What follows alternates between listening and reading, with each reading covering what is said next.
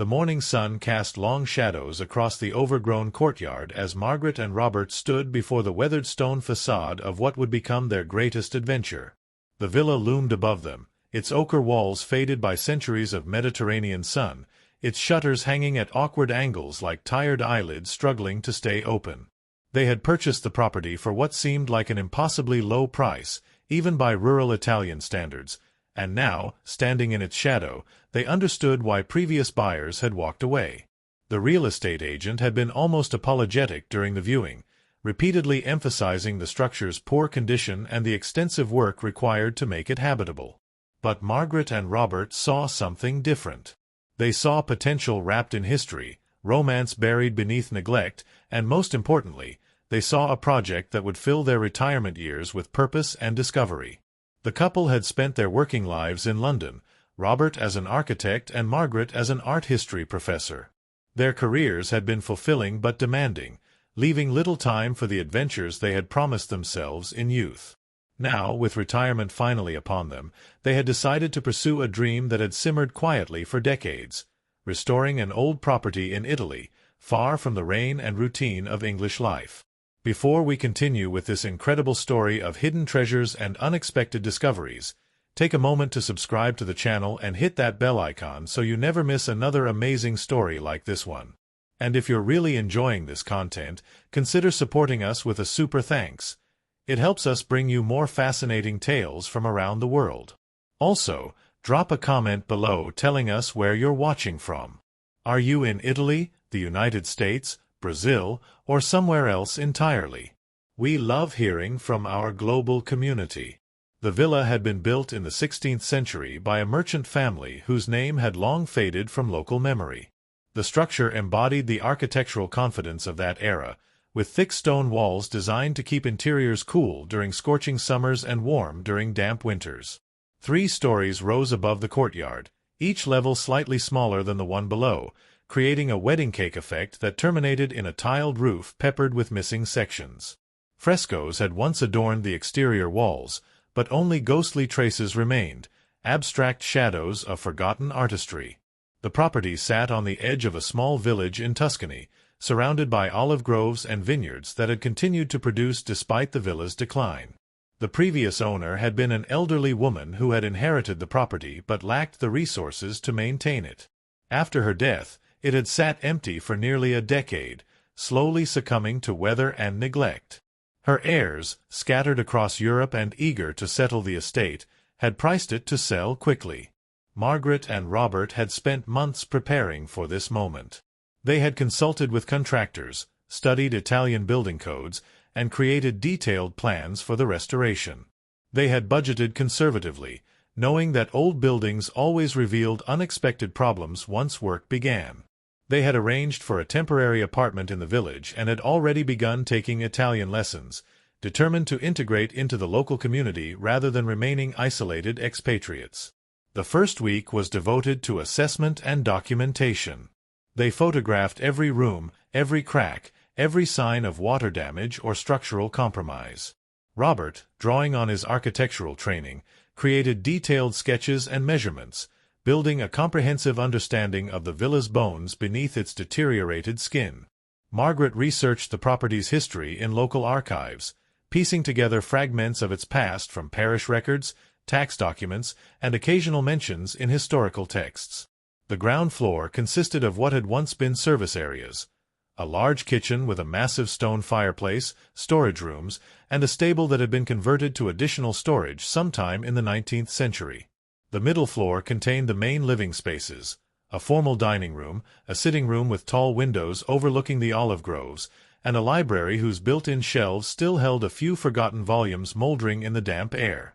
The upper floor held bedrooms, each with its own distinct character, and a chapel, which surprised them despite having appeared in the property documents. They hired a local contractor named Giuseppe, a third-generation builder whose family had worked on properties throughout the region for nearly a century. Giuseppe arrived with a small crew of skilled craftsmen, each specializing in different aspects of traditional Italian construction. There was Marco, the stone mason whose hands moved over ancient walls with the sensitivity of a physician examining a patient. There was Franco, the carpenter who understood with the way some people understand music, seeing potential in weathered beams others would have discarded. And there was young Antonio, Giuseppe's nephew, who was learning the trades and provided enthusiastic if occasionally misdirected labor. The restoration began with the roof, as Giuseppe insisted was necessary. Water was the enemy of old buildings, he explained in heavily accented English supplemented with expressive hand gestures. Until they stopped the rain from entering, any other work would be temporary at best. The crew carefully removed damaged tiles, replaced rotten support beams, and installed new tiles that Giuseppe had sourced from a salvage yard, ensuring they matched the originals in age and patina. While work progressed on the roof, Margaret and Robert began the slow process of clearing decades of accumulated debris from the interior. Each room yielded small discoveries: old bottles, fragments of pottery, rusted tools, newspapers from the 1950s used as makeshift insulation. Margaret catalogued everything, her historian's instincts refusing to discard potential evidence of the villa's past without proper consideration. Most items proved mundane, but occasionally something interesting emerged: a handwritten recipe tucked into a cookbook, a child's drawing hidden behind a wardrobe, a letter that had slipped down between floorboards. The dining room became their first major project once the roof was secure. The plaster had failed in several places, pulling away from the underlying stone and lath structure. Giuseppe recommended removing all the old plaster and replastering the entire room rather than attempting patches that would always be visible. The crew set to work carefully chipping away the old material, filling wheelbarrows with chalky debris that had once been smooth walls. It was during this demolition work that Marco made the first unusual discovery. He had been working on the eastern wall when his hammer broke through into a void behind the plaster. Instead of the solid stone he expected, there was empty space. He called Giuseppe over, and together they carefully enlarged the opening, revealing a bricked-up alcove approximately 2 feet deep and 3 feet wide. The alcove was empty except for a layer of dust and a few dead insects, but its existence raised questions. Why had someone gone to the trouble of creating this space and then concealing it? Giuseppe speculated that it might have been a safe of sorts, a place to hide valuables during times of unrest. Italy's history was punctuated by wars, invasions, and periods of civil disorder, and wealthy families often created hidden compartments to protect their treasures. Margaret photographed and measured the alcove, adding it to their growing documentation of the villa's secrets. They decided to leave it exposed rather than plastering over it again, turning it into a decorative niche that would hold a vase or sculpture. The discovery added an element of mystery to the project, a reminder that the villa had witnessed centuries of life and held stories they might never fully uncover. The crew found 2 more similar alcoves over the following weeks, one in the sitting room and another in one of the upstairs bedrooms. Each was empty, supporting Giuseppe's theory that they had been used for concealment in the past and emptied either by their original owners or by subsequent inhabitants who discovered them during their own renovations or searches. As autumn arrived, the pace of work accelerated. The roof was complete, the ground floor was replastered and painted, and attention turned to the upper floors. The bedrooms required less structural work but needed complete cosmetic restoration. Floors had to be repaired or replaced, windows needed rebuilding, and electrical wiring had to be installed to bring the villa into the 21st century while respecting its historical character. Margaret had developed a warm relationship with the village, regularly visiting the small grocery, the cafe in the piazza, and the weekly market that brought farmers from surrounding areas. Her Italian was improving, and locals had begun to warm to the English couple who were breathing new life into the old villa on the hill. They shared stories about the property, fragmentary memories passed down through generations, that it had once belonged to a wealthy merchant, that there had been parties and music, that during the war it had sheltered refugees, that the last resident had been a recluse who rarely left the property. The library became Margaret's personal project. She carefully removed and catalogued every remaining book, treating each volume as a potential artifact regardless of its apparent value. Most were common editions of popular works from the 19th and early 20th centuries, but a few were older, including a beautifully bound edition of Dante's Divine Comedy from the 1700s. She arranged for a book conservator from Florence to examine the collection and advise on preservation and restoration. Robert focused on the mechanical systems: plumbing, electrical, heating. He worked closely with specialists to design systems that would provide modern comfort while remaining as invisible as possible, hidden behind walls and ceilings, respecting the villa's historical integrity. It was a challenging puzzle, threading pipes and wires through ancient structures built long before such conveniences were imagined. Winter brought rain and cold that slowed but did not stop the work. The crew moved primarily indoors, focusing on the detailed finish work that transforms a construction site into a home. Floors were sanded and sealed, woodwork was painted or varnished, fixtures were installed. Margaret and Robert had chosen a design approach that honored the villa's history while incorporating contemporary comfort. Antique furniture purchased from local dealers mixed with modern pieces, traditional textiles alongside contemporary lighting, old and new in conversation rather than conflict. The private chapel on the third floor required special attention. It was a small room, perhaps 15 feet square, with a vaulted ceiling and a single arched window facing east to catch the morning sun. The walls had once been covered in frescoes depicting biblical scenes, but time and moisture had reduced most of the paintings to faint shadows and patches of color. Margaret consulted with a fresco restoration specialist who confirmed what she feared. The paintings were too damaged to restore effectively, though they could be stabilized to prevent further deterioration. The floor of the chapel was original terracotta tile, many pieces cracked or missing. Giuseppe recommended replacing the damaged tiles with period-appropriate salvage pieces, maintaining the floor's historical character while making it safe and level. The crew carefully removed the broken tiles, revealing the substrate below, a mixture of rubble and mortar that had settled over centuries. Antonio was working in the chapel on a cold February morning, carefully prying up damaged tiles, when his pry bar encountered unexpected resistance. Instead of the slight give of mortar, there was something solid beneath a particular section of floor. He called Giuseppe, who investigated and determined that there was something more substantial than rubble under that area of the chapel floor. They proceeded carefully, removing tiles one by one, brushing away debris, revealing what appeared to be a wooden panel set flush with the substrate. The wood was old, dark with age, and surprisingly solid despite centuries in the damp environment beneath the floor. Giuseppe traced the edges of the panel and found it was roughly 3 feet square, carefully fitted into the surrounding structure. The panel had no obvious means of opening, no handles or hinges visible from above. Giuseppe studied it carefully, running his experienced hands along the edges, probing gently for weak points or hidden mechanisms. Finally, working a thin blade into a gap along one edge, he was able to lift the panel slightly, creating enough purchase to get his fingers underneath and pull it upward. Beneath the panel was a stone-lined chamber, roughly 2 feet deep, designed to be accessed from above and easily concealed. The chamber was not empty. Inside, wrapped in layers of oilcloth that had largely protected them from moisture, were several objects that made Giuseppe sit back on his heels and call for Margaret and Robert with uncharacteristic urgency. The couple rushed up the stairs to the chapel, where the entire crew had gathered around the opening in the floor, their usual banter replaced by awed silence. Giuseppe carefully lifted the first object from the chamber, a package roughly the size of a shoebox, surprisingly heavy despite its modest dimensions. He placed it gently on a drop cloth spread across the intact portion of the floor and carefully began to unwrap the protective layers. The oilcloth, though deteriorated, had done its job. Inside were 3 leather-bound volumes, their covers decorated with gold tooling that still gleamed despite the centuries.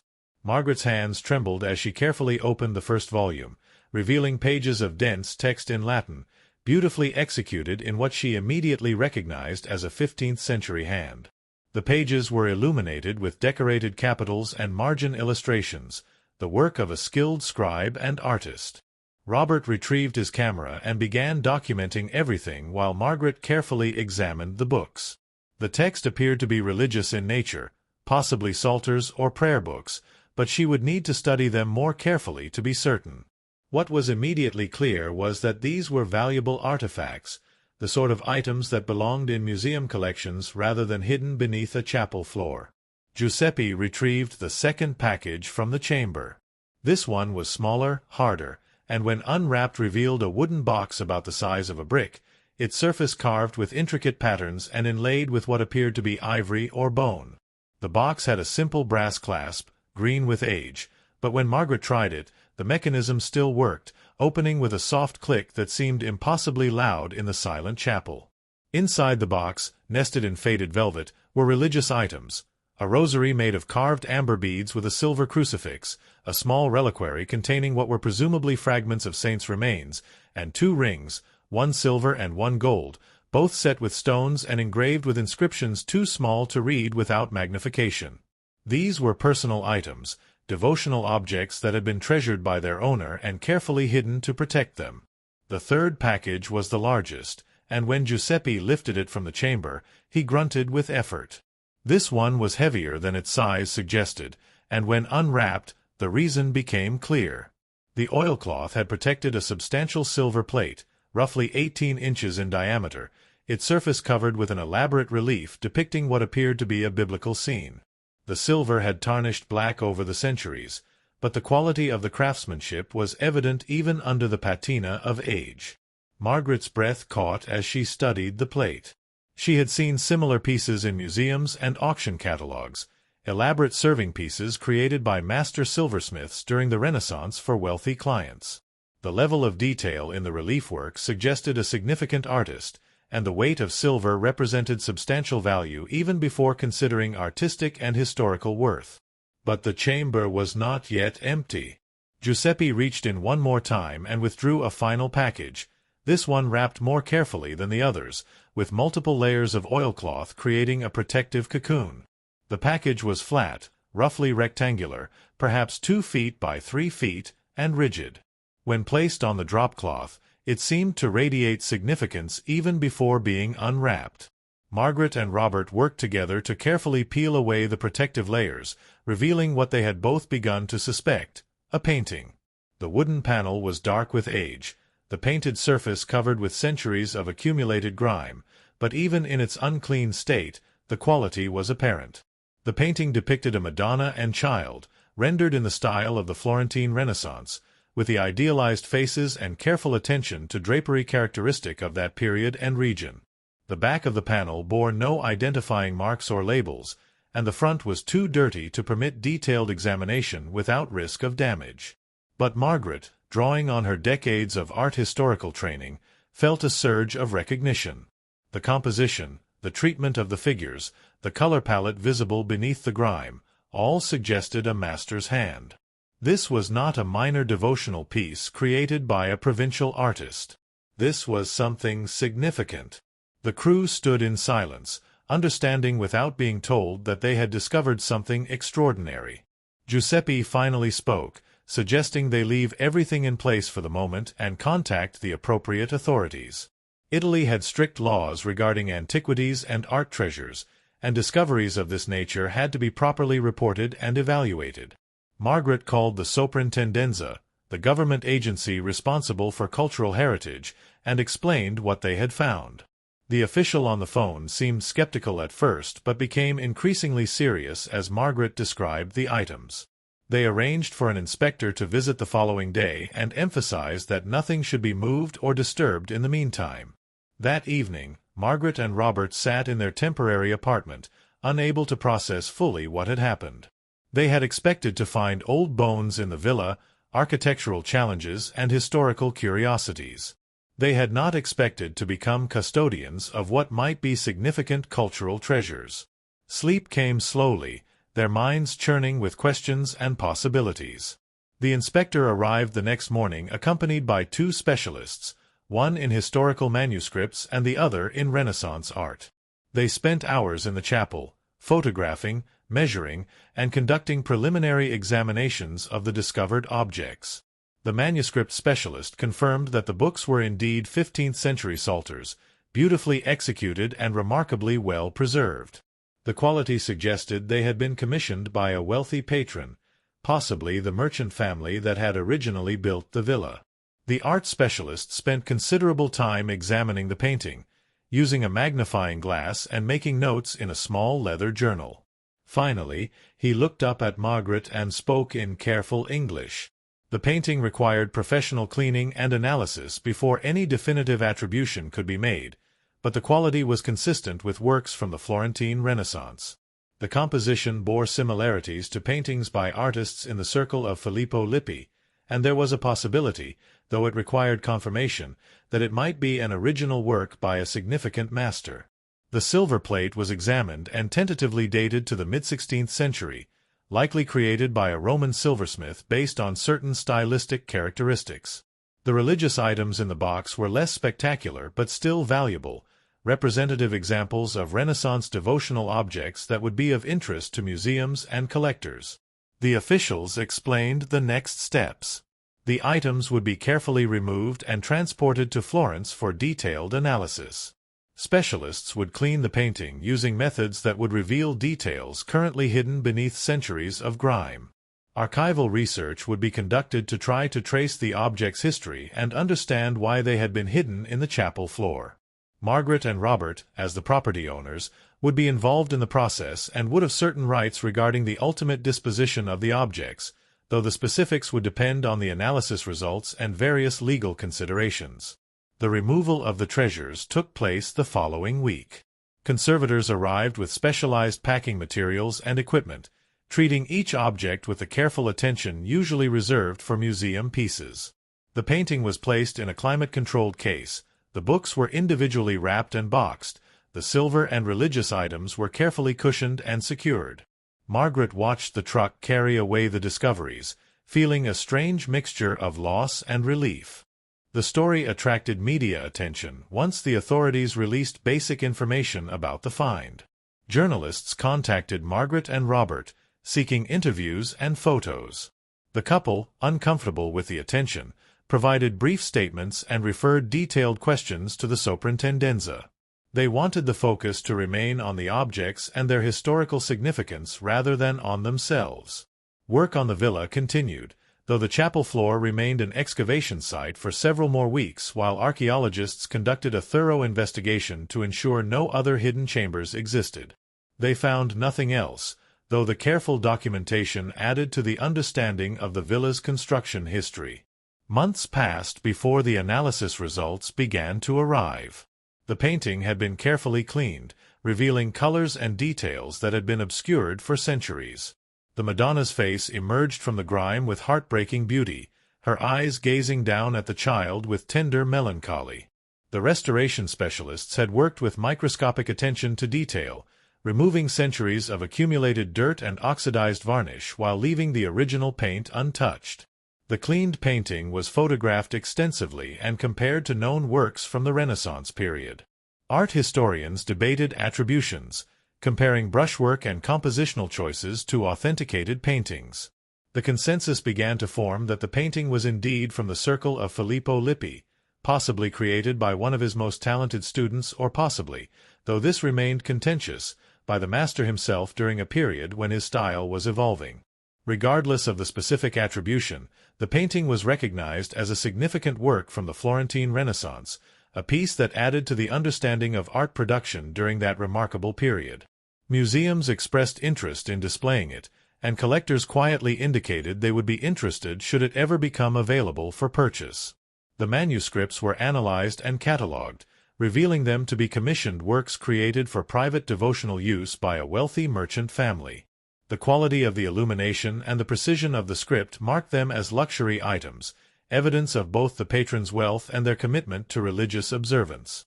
Research in Florentine archives revealed records of the commission, including payment to the scribe and illuminator, allowing the books to be dated precisely to 1487.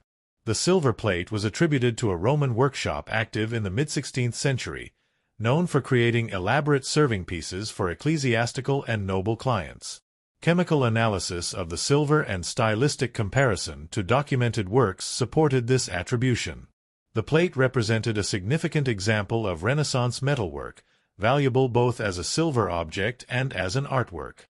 The question of why these treasures had been hidden beneath the chapel floor was never definitively answered, but historical research provided plausible scenarios. The period from the late 15th through the 16th century was turbulent in Italy, with wars, invasions, and political upheaval regular occurrences. Families often hid valuables during times of danger, sometimes failing to retrieve them if circumstances prevented safe recovery or if knowledge of the hiding place died with its creator. One theory suggested that the items had been hidden during the Italian wars of the early 16th century, when French, Spanish, and German armies repeatedly invaded the peninsula. Another possibility was that they were concealed during the Protestant Reformation period, when religious artifacts faced potential confiscation or destruction. A third theory proposed that they were hidden during one of the many civil conflicts that plagued Italian city-states during this era. What seemed clear was that someone had taken great care to protect these items, wrapping them carefully, placing them in a specially constructed chamber, and concealing that chamber beneath the chapel floor where it would be protected from casual looting. The fact that the items were never recovered suggested that either the person who hid them never had the opportunity to retrieve them, or knowledge of their location was lost. The legal questions regarding ownership and disposition of the treasures took time to resolve. Italian law regarding archaeological and artistic finds is complex, reflecting the country's position as a repository of much of Western civilization's cultural heritage. The Soprintendenza had authority over objects deemed culturally significant, but property owners also had rights and interests that had to be balanced against public claims. Eventually, an agreement was reached. The painting would be acquired by the Uffizi Gallery in Florence, where it would join one of the world's greatest collections of Renaissance art. The manuscripts would go to the Biblioteca Medicea Lorenziana, Florence's historic library that already held extensive collections of illuminated manuscripts. The silver plate and religious objects would be displayed in a museum in the region, keeping them closer to their place of origin. Margaret and Robert received compensation for the items, though the amounts were far less than what private collectors might have paid.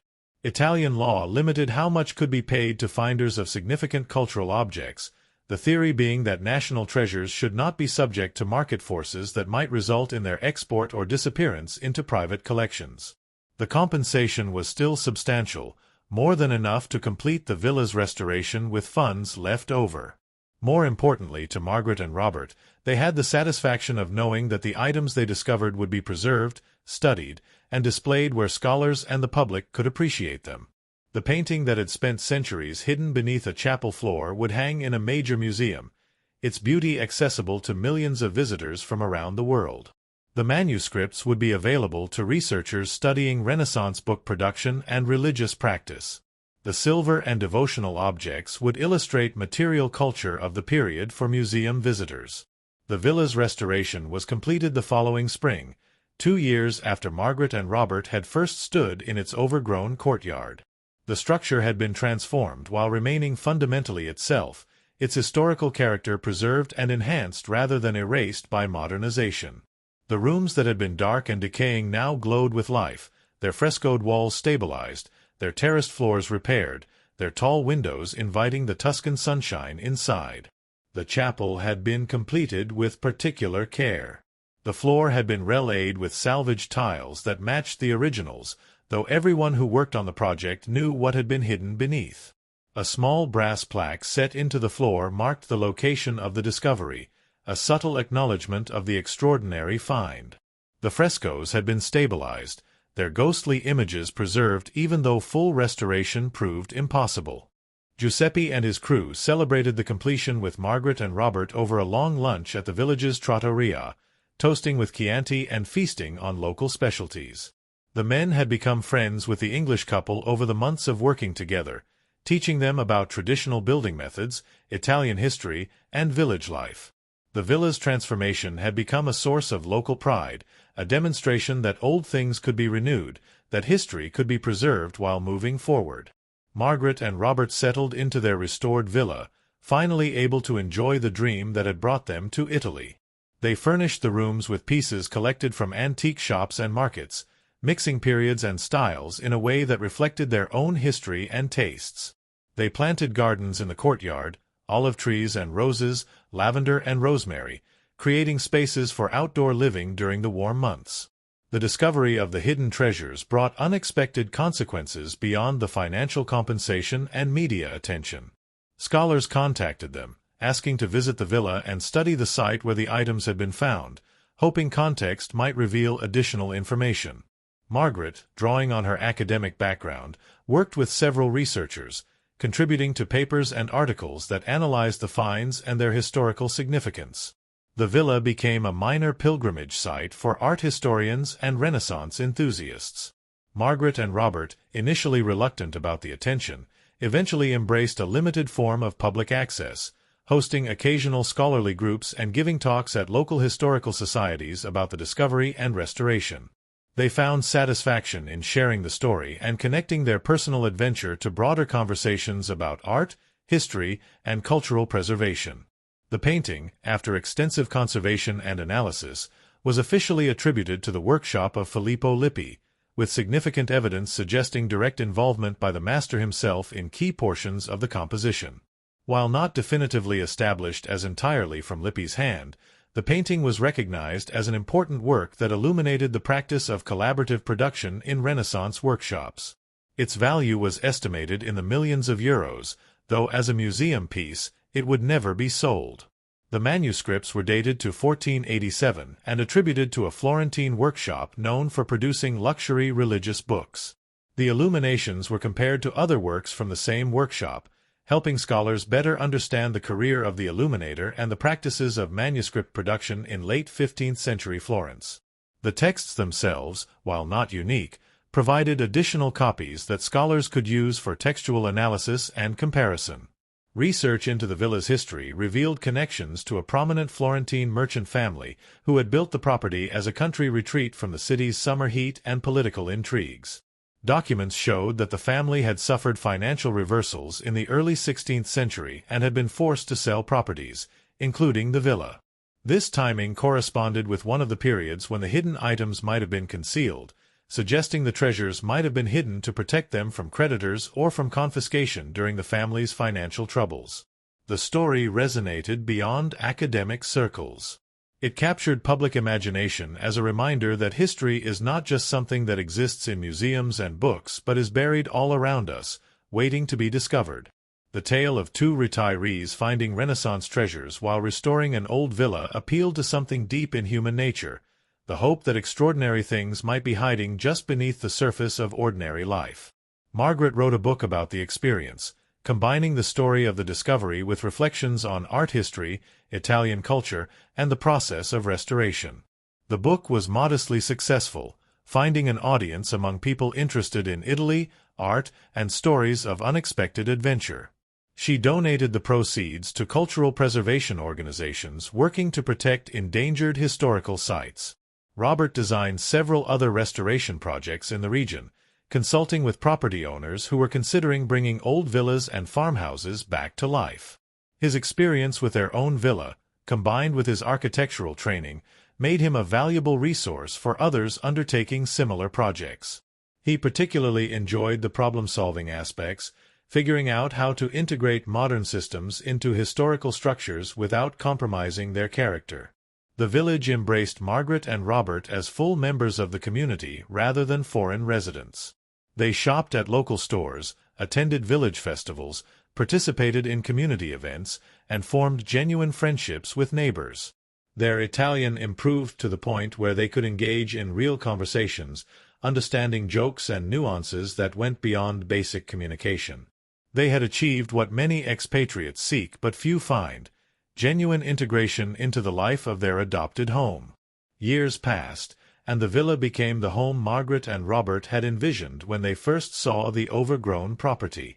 The gardens matured, the building settled into its renewal, and the rooms filled with memories of dinners with friends, visits from children and grandchildren, quiet evenings reading by the fireplace. The discovery that had initially seemed like the story's climax became just one chapter in a longer narrative of building a life in a new place. The hidden treasures had been extraordinary, their discovery thrilling, their value significant. But the real treasure, Margaret and Robert came to understand, was the life they had built in the process of uncovering those historical artifacts. The relationships with Giuseppe and his crew, the connections with village neighbors, the satisfaction of bringing a piece of history back from the edge of ruin, the simple pleasure of drinking coffee in the courtyard on a spring morning with olive groves stretching into the distance, these were the discoveries that ultimately mattered most. The painting hung in the Uffizi, seen by thousands of visitors each year, its beauty and historical significance appreciated by experts and casual observers alike. The manuscripts rested in the Laurentian Library, available to scholars studying Renaissance book production and religious practice. The silver and devotional objects occupied display cases in a regional museum, illustrating material culture of the period for visitors learning about how people lived and worshipped centuries ago. But in the villa, in the restored chapel with its stabilized frescoes and repaired floor, the real legacy of the discovery was more personal. It was in the way Margaret and Robert understood their home not just as a building they had restored, but as a place layered with history, a structure that had sheltered lives and secrets for centuries and would continue to do so into a future they would not see. It was in the knowledge that they had been stewards of something larger than themselves, custodians of cultural heritage who had ensured that important artifacts survived to be appreciated by future generations. The brass plaque in the chapel floor marked more than just the site of a discovery. It represented a moment when past and present intersected, when centuries-old treasures emerged from hiding to take their place in the contemporary world. It reminded everyone who saw it that history is not dead and static but alive and waiting, that every old building holds stories, that beneath surfaces we assume to be familiar, extraordinary things might be hidden. And as Margaret and Robert moved through their restored villa, living the retirement adventure they had dreamed of for decades, they carried with them the knowledge that they had been part of something remarkable. They had not just restored a building. They had helped reunite lost treasures with the world, had contributed to cultural preservation and historical understanding, had added their own chapter to the long story of a villa that had witnessed the passage of centuries. The evening sun slanted through the chapel's arched window, illuminating the space where the discovery had been made. The light fell across the brass plaque, casting long shadows that shifted as the sun moved lower, a daily reminder that time passes but stories endure. Somewhere in Florence, the Madonna gazed down at her child with the same tender melancholy she had shown when an artist first brought her to life on a wooden panel more than 5 centuries ago. The manuscripts rested in climate-controlled storage, their illuminated pages preserved for future scholars. The silver plate gleamed in its museum case, its elaborate relief still telling the biblical story it had been created to illustrate. But here, in the quiet chapel of a restored villa on a Tuscan hillside, the real story was simpler and more profound. 2 people had taken a chance on a ruined building and a new life. They had worked hard, overcome challenges, and discovered more than they had imagined possible. They had found not just hidden treasures but a home, a community, and a purpose that would fill their retirement years with meaning and satisfaction. The villa stood solid against the evening sky, its restored walls glowing in the golden light, its windows bright with life, its gardens fragrant with rosemary and lavender. Inside, Margaret and Robert prepared dinner, their movements comfortable and practiced in the kitchen they had designed together. Tomorrow they would wake to another day in their Italian adventure, another morning of coffee in the courtyard, another afternoon of simple pleasures and quiet satisfactions. The treasures had been worth millions, but the life they had built was priceless. And as darkness fell over the Tuscan countryside, lights glowed from the windows of the villa on the hill, a beacon of life and renewal in a building that had stood for centuries and would stand for centuries more, sheltering new stories while remembering old ones, connecting past and future through the continuous thread of human habitation and hope. If you've made it this far in this incredible journey of discovery and restoration, don't leave without subscribing to our channel and hitting that notification bell. These stories take hours of research and careful crafting to bring to you, and your subscription helps us continue creating content that celebrates history, adventure, and the extraordinary discoveries that remind us that the past is never truly gone. Consider showing your extra support with a super thanks.